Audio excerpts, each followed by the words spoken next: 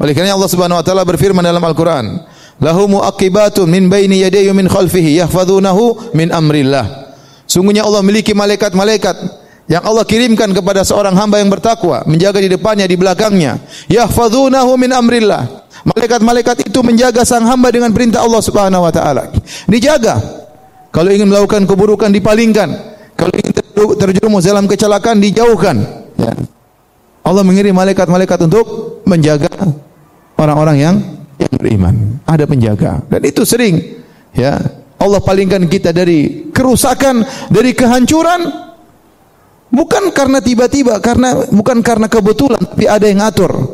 Ya, Allah Subhanahu wa taala ingin menjauhkan kita dari keburukan tersebut, ya. Ya. Dan itu bukan hal yang kebetulan, tapi memang sudah diatur oleh Allah Subhanahu wa taala. Tiba-tiba kita disuruh belok ke sini, tiba-tiba kita suruh jalan yang lain, ya. Sampai kata sebagian ulama, terkadang Allah menjaga kita dari hal-hal yang kita semangati, kita inginkan. Ada seorang sudah semangat untuk meraih harta, dia sudah masuk dalam perdagangan, kemudian ternyata dia tidak berhasil. Dia menyangka dia tidak berhasil, saya kalah sama kawan-kawan saya lebih jago berdagang. Tapi ternyata itu Allah palingkan dia. Dia rajin sholat, rajin beribadah, tapi Allah palingkan dia kalah dalam perdagangan tersebut. Karena Allah tahu kalau dia berdagang, kalau dia kaya, dia akan lupa kepada Allah Subhanahu wa taala. Kalau dia punya uang banyak, dia akan lalai dari beribadah kepada Allah Subhanahu wa taala. Dia menyangka bahwasanya dia tidak berhasil karena kehebatan teman-temannya. Tidak, sebenarnya dia hebat. Tetapi Allah palingkan dia supaya dia tidak terjerumus dalam hal yang dia benci. Wa asa an tuhibbu syai'an wa huwa syarrul lakum. Bisa jadi engkau mencintai sesuatu dan buruk bagimu. Bisa jadi seorang begitu semangat untuk meraih jabatan dengan perjuangan luar biasa, sudah berusaha sendiri, tapi Allah tidak menjadikan dia berhasil. Allah buat dia kalah. Kenapa? Bisa jadi kalau dia menang, dia lupa dengan namanya pengajian, dia lupa dengan takwa kepada Allah, ya. Lupa untuk baca Quran, tersibukkan dengan hal yang tidak bermanfaat, maka Allah buat dia gagal. Bukan karena dia tidak hebat, dia hebat. Tapi Allah tahu dia belum pantas untuk masuk di ajang tersebut. Dia belum pantas. Belum saatnya dia masuk dalam kancah tersebut. Maka Allah buat dia gagal. Ini contoh adalah penjagaan Allah Subhanahu wa taala kepada seorang hamba. Allah mudahkan urusannya kalau dia menjaga Allah Subhanahu wa taala, takwa kepada Allah Subhanahu wa taala. Wa may yattaqillaha yaj'al lahu makhraja wa yarzuqhu min haitsu la yahtasib. Barang siapa bertakwa kepada Allah Subhanahu wa taala, Allah berikan solusi kepadanya dan Allah akan memberikan rezeki dari arah yang dia tidak sangka-sangka. Nah, kalau seorang ternyata banyak masalah, dizalimi orang, orang diganggu orang, masalahnya tidak pernah selesai-selesai, tidak ada solusinya, maka hendaknya dia introspeksi diri. Jangan-jangan dia bermasalah. Jangan-jangan dia bermasalah sama Allah Subhanahu wa taala. Jangan-jangan dia menzalimi orang lain, jangan-jangan dia tukang maksiat. Jangan-jangan dia tidak beres di rumahnya. Jangan-jangan dia enggak beres sama pembantunya misalnya, sama pegawainya, sama istrinya, sama suaminya. Cek. Kenapa bisa demikian? Orang mukmin pasti dikasih ujian, namun pasti ada solusinya. Pasti ada solusinya. Kita orang mukmin, orang beriman pasti ada ujiannya. Allah sudah janji akan kasih ujian, tetapi pasti ada solusinya. Nah, kalau enggak ada solusinya, berarti kita introspeksi, jangan-jangan kita bermasalah. Hadirin dan hadirat yang dirahmati Subhanahu wa taala. Secara umum, penjagaan Allah terhadap seorang hamba dalam dua hal. Penjagaan Allah terhadap seorang hamba dalam dua hal. Pertama, Allah menjaga agamanya, yang kedua Allah menjaga dunianya. Allah menjaga agamanya, yaitu Allah menjauhkan dia dari hal-hal yang menyimpang, hal-hal yang menyesatkan. Jauhkan dia dari syubhat-syubhat, jauhkan dia dari pemikiran liberal, dari pemikiran firqah-firqah yang sesat, dijauhkan dari pemikiran-pemikiran khawarij, syiah dan yang lainnya. Allah jauhkan dia. Mungkin otaknya tidak begitu cerdas, tapi begitu dia baca syubhat-syubhat tidak masuk, dia tidak bisa terima, tidak logis bagi dia. Ada sebagian orang cerdas, tatkala baca syubhat-syubhatnya liberal, bahkan ateis malah terjebak. Malah terjebak, Allah tidak jaga dia. Sementara ada orang yang mungkin tidak begitu cerdas, tapi dengan logikanya yang sederhana, dia bisa bantai itu semua. Sementara ada orang yang pintar, namun karena Allah tidak jaga dia, begitu dia membaca syubhat-syubhat, langsung terbawa dalam pemikiran tersebut. Jadi dia punya pemikiran-pemikiran yang menyimpang. Apalagi di zaman sekarang ini, Pemikiran yang menyimpang tersebar di mana-mana. Orang kalau masuk dunia maya, dia akan mengetahui segala model pemikiran. Nah, kalau Allah tidak jaga dia, anak kita misalnya tidak dijaga, maka dia pingin tahu dia baca, akhirnya terjebak. Beberapa waktu lalu ada yang datang kepada seorang tua suami istri, "Ya Ustaz, anak saya sejak tahun ini memproklamirkan bahwasanya dia tidak mau puasa lagi." Subhanallah. Kenapa? Dia ragu adanya Tuhan. Gara-gara baca ini, baca ini, kejebak. Tidak dijaga oleh Allah Subhanahu wa taala. Nah, kalau orang bertakwa kepada Allah, setiap hari berdoa ihdinas siratal mustaqim, ya Allah tunjukkanlah aku jalan yang lurus, dan dia tulus dalam ibadahnya, maka Allah akan menjaga dia.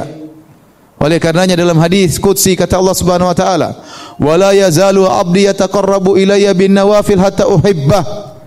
Senantiasa seorang hamba mendekatkan dirinya kepadaku dengan perkara-perkara yang sunnah sampai aku mencintainya.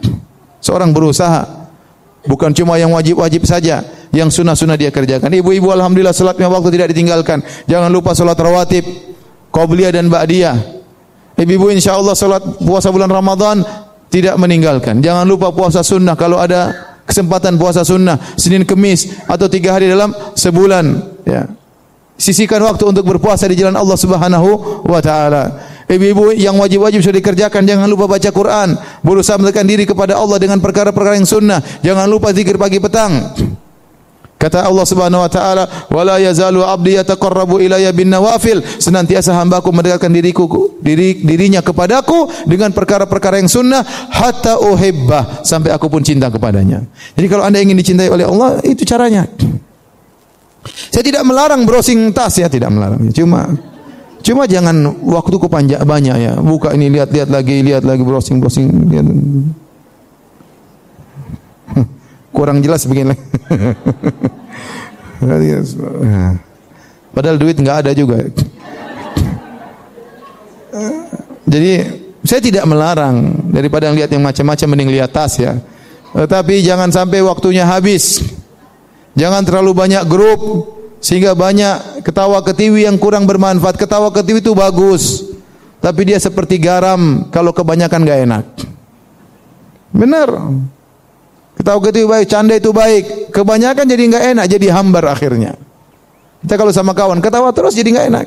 Sekali ketawa indah. Terus-terusan, ya, kayak orang gila ketawa terus.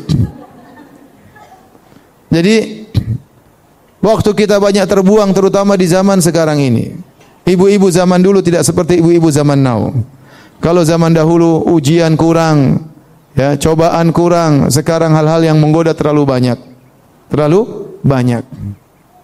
Oleh karenanya, bagaimana kita ingin dicintai oleh Allah sementara kita malas untuk menjalankan ibadah kepada Allah. Allah tadi berkata, "Wala yazalu 'abdi yataqarrabu ilayya bin nawafil hatta uhibbah." Senantiasa hambaku mendekatkan dirinya kepadaku dengan perkara-perkara yang sunnah sampai aku mencintainya. Kemudian kata Allah, "Fa idza ahbabtuhu." Kalau aku sudah mencintainya, kuntu sam'ahu alladhi yasma'u bihi wa basarahu alladhi yubsiru bihi. Aku akan jadi pendengarannya, aku akan menjadi penglihatannya, aku akan menjadi tangannya, aku akan menjadi kakinya, kata Allah Subhanahu wa taala. Apa maksudnya? Yaitu aku akan bimbing dia. Aku akan bimbing pendengarannya, tidak dibiarkan mendengarkan hal yang haram. Tahu-tahu dia enggak suka dengar gibah, enggak tahu-tahu kenapa, tahu-tahu dia enggak suka. Dulunya dia suka nonton acara gibah. Dulunya dia selalu ada acara gibah paling depan di televisi. Sekarang tiba-tiba dia enggak suka dengan itu semua. Kenapa? Allah rubah hatinya. Kalau ada orang datang kepada dia bicara gibah, kata dia enggak.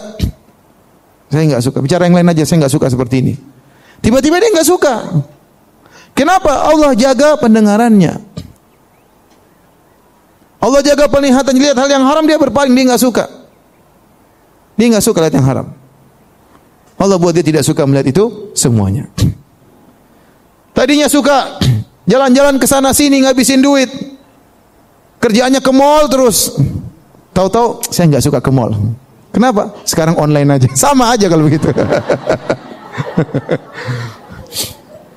Tapi maksudnya dia hal-hal yang tidak bermanfaat sudah malas. Jadinya suka jalan-jalan ngabisin waktu, ngabisin duit.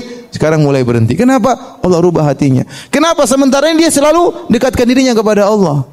Allah kalau sudah cinta kepada seorang hamba, Allah akan jaga dia. Allah akan jaga dia. Jaga penglihatannya, jaga pendengarannya, jaga lisannya, jaga langkahnya. Dijaga oleh Allah Subhanahu wa ta'ala. Ini di antara bentuk penjagaan Allah. Kalau seorang menjaga Allah, ihfazillah yahfazka, jagalah Allah maka Allah akan menjagamu. Di antaranya adalah Allah akan bimbing dia dalam masalah agama. Jadilah dia kalau umrah semangat, kalau salat jadi semangat, kalau salat jadi khusyuk, ikut pengajian semangat, baca Quran semangat. Ya, kenapa? Allah jaga dia. Dan ini yang sangat penjagaan yang sangat kita perlukan. Kita lihat betapa banyak orang sekarang di zaman ini.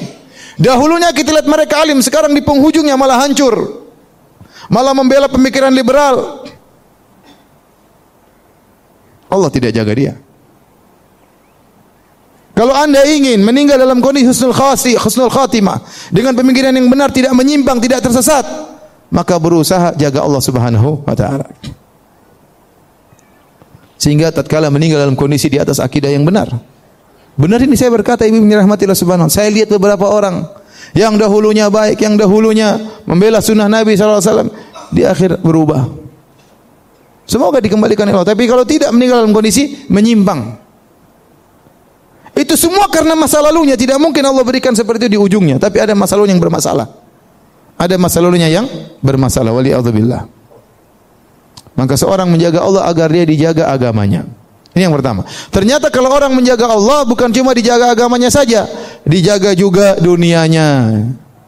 Dan ternyata bukan cuma dia saja yang dijaga, keluarganya dijaga, istrinya dijaga, anak-anaknya dijaga, oleh hartanya dijaga oleh Allah Subhanahu wa taala.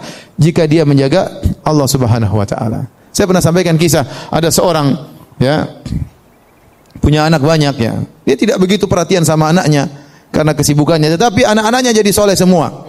Anak-anaknya soleh semua. Waktu ditanya, ya fulan bisa anak banyak soleh semua. Kata dia, saya yakin waktu saya mau berhubungan sama istri saya baca doa. Doa mau berapa? Berhubungan. Ya. Dan dalam hadis disebutkan pada saya mengucapkan doa itu maka dia tidak akan diberi kemudaratan oleh syaitan. Maka saya yakin dengan doa tersebut dan saya yakin Allah akan menjaga anak-anakku. Ada ketakwaan, bahkan tatkala tidak berhubungan dia bertakwa kepada Allah Subhanahu wa taala. Ya, kadang kita heran ya. Ya kita punya, apalagi kalau kawan-kawan di Arab Saudi sana, atau anak 24 orang, anak 15 orang, ada kawan saya 55 bersaudara, Masya Allah. Itu gimana mau jaga 55 orang anak? Namanya saja lupa. Bingung ya. Ada kawan cerita dia punya tetangga anaknya 13. Laki-laki semua, belum perempuannya, 13. Kalau sholat jamaah 13 semua di saf, Masya Allah. Ada satu yang lari-lari, dia pegang, kamu anaknya ibumu yang mana? Dia bingung sendiri. Karena istrinya banyak, dia bingung. Kamu ini anak dari ibu yang mana? Saking banyak anaknya dia lupa. Tapi semuanya ke masjid. Tapi semuanya yang mana? Ke masjid. Siapa yang bisa jaga mereka? Allah Subhanahu wa taala. Kalau kita enggak mampu jaga mereka, gimana mau jaga anak kita dia di sekolah ketemu dengan kawan-kawan kita enggak tahu ketemu kawan siapa? Bagaimana kita menjaga anak kita di rumah bersendirian kemudian buka internet apa yang dilihat kita enggak tahu? Kalau bukan Allah yang jaga, kita enggak bakalan bisa menjaga. Allah, kalau kita menjaga Allah, maka Allah akan jaga kita. Kita pun dijaga. Anak kita dijaga, istri kita dijaga. Kalau kita bermasalah, ibu kalau suaminya biar dijaga, tidak direbut oleh pelakor. Pelakor itu perebut laki orang ya. Jaga diri, bertakwa kepada Allah, berdoa kepada Allah, ya Allah jagalah suamiku ya Allah. Jauhkan dia dari wanita-wanita yang pelakor ya misalnya. Berdoa kepada Allah. Jadi kita dijaga bukan cuma diri kita, bahkan keluarga kita dijaga oleh Allah Subhanahu wa taala. Dunia kita dijaga oleh Allah Subhanahu wa taala. Di Saudi saya sering ketemu orang-orang umurnya saya panjang-panjang, 90, 80, masih segar-segar, 80 lebih, masih kuat, masih sehat. Ya. Sebenarnya Allah mengatakan barang siapa tatkala di masa mudanya dia menjaga dirinya, menjaga pandangannya, menjaga pendengarannya, maka dia tidak di akhir hayat pun dia masih bisa melihat dengan baik, masih bisa mendengar dengan baik, diberi kesehatan oleh Allah Subhanahu wa taala. Kenapa? Karena dia jaga di masa mudanya. Badan-badannya, anggota tubuhnya dia jaga karena Allah Subhanahu wa taala, maka Allah menjaganya tatkala di masa tua. Jadi bukan cuma agama yang dijaga, dunia pun dijaga. Kalau orang pedagang bertakwa kepada Allah Subhanahu wa taala, yang membayar zakat, insyaallah hartanya dijaga oleh Allah Subhanahu wa taala. Saya pernah dengar ceramah di radio Arab Saudi. Waktu itu sempat terjadi bencana sehingga banyak onta-onta yang mati, banyak kambing-kambing yang mati. Pemerintah membuka bantuan. Orang-orang yang onta-ontanya mati datang lapor kepada pemerintah. Sehingga diberi apa? Ganti. Seorang bercerita, waktu ada orang datang dilapor sekian ontanya mati tiba-tiba. Maka dia lapor ke hakim, laporan tersebut dipanggil. Hakim tersebut bertanya kepada dia, jangan-jangan kau enggak bayar zakat? Maka terdiamlah orang tersebut. Terdiamlah orang apa? Tersebut. Kalau dia bayarkan, dia bilang, saya bayar Pak Hakim. Tapi dia diam. Dia tidak bisa jawab. Bisa jadi harta orang kemudian, harta seorang terkena musibah. Kenapa dia tidak bertakwa kepada Allah? Zakat dia tidak pernah bayar.